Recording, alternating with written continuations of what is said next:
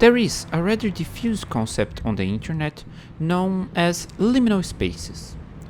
The aesthetics of it were what initially drew my attention, and some of my old photography was inspired by it. However, as I was researching for a new photography video/project, revisiting that concept, I've come to know there is much more about it.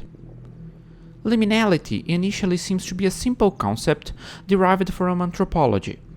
According to the Wikipedia entry on it, the quality of ambiguity or disorientation that occurs in the middle stage of a rite of passage, when participants no longer hold their pre-ritual status, but have not yet begun the transition to the status they will hold when the rite is complete.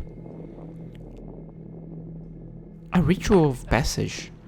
But what those backroom pictures have to do with it?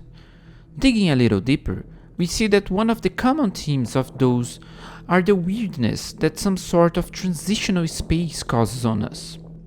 The hallways that we walk from somewhere to somewhere are not a space that is lingered. We do not want to stay there because there is nothing of interest there. Our mind is not on that same space while we wander through it. But wander we must, as these boundaries are more common experienced than the amount of thought that we pour into it. The image of those places tends to be some sort of shared experience that is not fully consciously experienced. So, the rite of passage here may refer to a physical passage, and the ritual may be way more mundane than a ceremony of sorts. Yet, in the modern age, the lacking of religious rituals and the lacking of a proper regulation of most of our rituals, these very routines become those rituals, and the mind wanders through several micro-liminal spaces that are only understood by its participants when directly confronted and defined as such.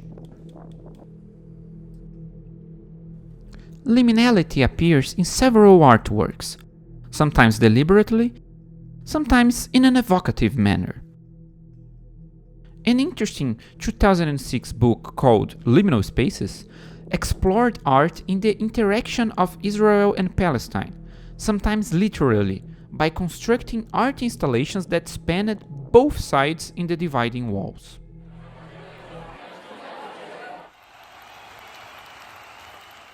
Now, having researched a little more about it, I think I can derive a more purposeful aesthetics with it than before.